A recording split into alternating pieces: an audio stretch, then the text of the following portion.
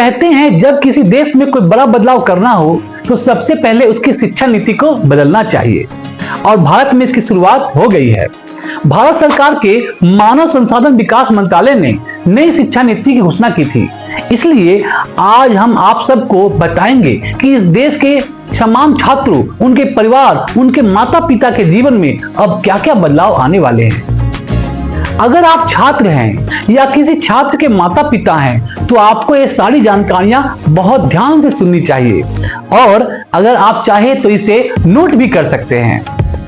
तो अब आपको बड़े बड़े बदलाव बताते हैं। जैसा कि आप जानते हैं, अब तक भारत की स्कूली शिक्षा व्यवस्था 10+2 के फॉर्मेट पर चलती थी, लेकिन अब इसे 5+3+3+4 के फॉर्मेट में बदल दिया गया है। यही है न्यू एजुकेशन पॉलिसी। इसके तहत स्कूल के पहले 5 वर्षों की पढ़ाई फाउंडेशन स्टेज मानी जाएगी, यानी इस दौरान छात्रों के लिए मजबूत नींव तैयार की जाएगी। इसका पाठ्यक्रम यानी करिकुलम एनसीईआरटी द्वारा तैयार किया जाएगा, और इसमें प्री प्राइमरी के 3 वर्ष और पहली और दूसरी कक्षा का 1-1 वर्ष शामिल होगा, यानी प्री प्राइमरी के 3 साल और फिर पहली और दूसरी कक्षा के 2 साल। इसके तहत बच्चों को खेल कूद और अलग अलग गतिविधियों के जरिए पढ़ाई कराई जाएगी, यानी इन कक्षाओं के छात्रों के लिए किताबों का बोझ अब पहले जितना नहीं होगा। इसलिए हम कहेंगे कि जो छोटे बच्चे अब स्कूलों में जाएंगे अब और अपने शिक्षा की यात्रा का आरंभ करेंगे, वो बड़े भाग्यशाली होंगे।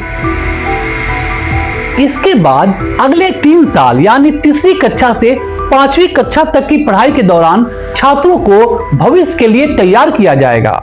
इसके तहत छात्रों का परिचय विज्ञान, गणित, कला, सामाजिक विज्ञान और ह्यूमैनिज्म जैसे विषयों से करवाया जाएगा। इसके अगले 3 साल मिडिल स्टेज माने जाएंगे, और इसमें कक्षा 6 से लेकर के कक्षा 8 तक के छात्र शामिल होंगे। इस स्टेज में छात्रों को तय पाठ्यक्रम के मुताबिक पढ़ाया जाएगा, और इसके बाद 9वीं से 12वीं कक्षा तक के इस फॉर्मेट में 4 वर्षों वाली आखिरी स्टेज होगी। ये 4 साल की स्टेज होगी।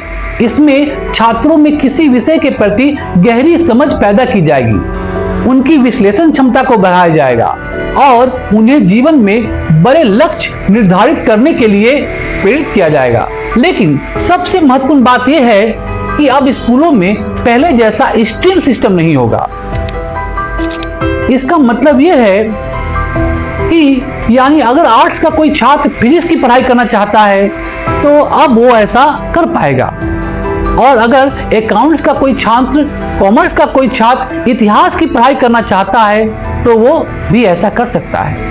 लेकिन संभव है, इसके लिए अलग अलग विषयों का एक पूल तैयार किया जाएगा, एक ग्रुप तैयार किया जाएगा, और आपको उस पूल से ही अपनी पसंद के विषयों का चुनाव करना होगा।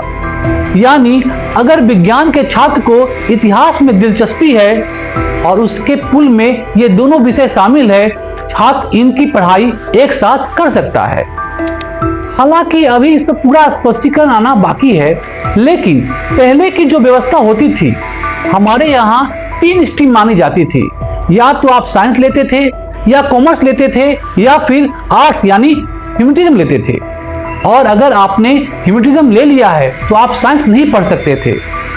अगर आपने कॉमर्स लिया है तो भी आप शायद साइंस नहीं पढ़ सकते थे। साइंस लिया है तो ह्यूमैनिज्म नहीं पढ़ सकते थे। ऐसी चीजें पहले हुआ करती थी अभी तक, लेकिन अब ये सब कुछ बदल जाएगा। अब आप फिजिक्स भी पढ़ सकते हैं, कॉमर्स भी पढ़ सकते हैं, अकाउंट्स भी पढ़ सकते हैं, एक साथ इतिहास भी पढ़ सकते हैं और फिजिक्स की भी पढ़ाई कर सकते हैं।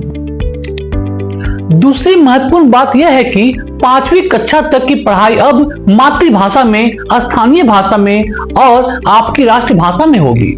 यानी अंग्रेजी में पढ़ाई की अनिवार्यता अब खत्म हो गई, अब कंपल्सरी नहीं रही।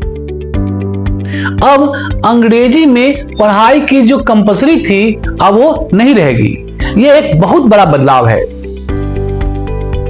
आप अपने राष्ट्रभाषा में या अपनी लोकल भाषा में, मातृभाषा में भी पढ़ाई कर पाएंगे।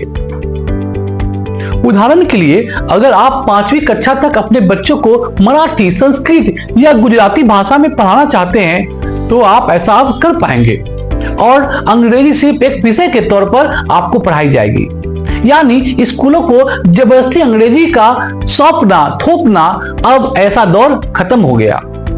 अब ऐसा दौर समाप्त हो जाएगा। 6ठी कक्षा में पहुंचने के बाद छात्रों को कंप्यूटर कोडिंग सीखने का मौका मिलेगा।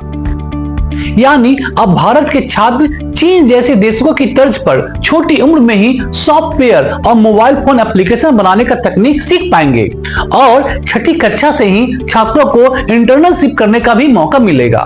यानी अगर किसी छात्र की किसी खास विषय में रुचि है तो वह उसकी प्रैक्टिकल नॉलेज हासिल करना चाहता है तो इस विषय में जुड़ी इंटर्नशिप कहीं से भी कर सकता है। उदाहरण के लिए अगर आपका बच्चा पेंटिंग करने का शौक रखता है तो वो किसी पेंटर के पास अब इंटर्नशिप के लिए जा सकता है। अगर आपके बच्चों को सॉफ्टवेयर इंटरेस्ट है तो वह किसी सॉफ्टवेयर कंपनी में जा करके अपने स्कूल के दौरान ही इंटर्नशिप कर सकता है। 9वीं कक्षा से 12वीं कक्षा तक की परीक्षाएं अब सेमेस्टर के आधार पर होगी। एक साल में 2 सेमेस्टर होंगे और हर 6 महीने पर एक परीक्षा होगी और दोनों सेमेस्टर के अंकों को जोड़ करके ही आपकी फाइनल मार्कशीट तैयार की जाएगी। तो ये थी न्यू एजुकेशन पॉलिसी का समरी सारांश। हमारे चैनल को सब्सक्राइब करें और इसे लाइक और शेयर करना भी ना भूलें। धन्यवाद। जय हिंद।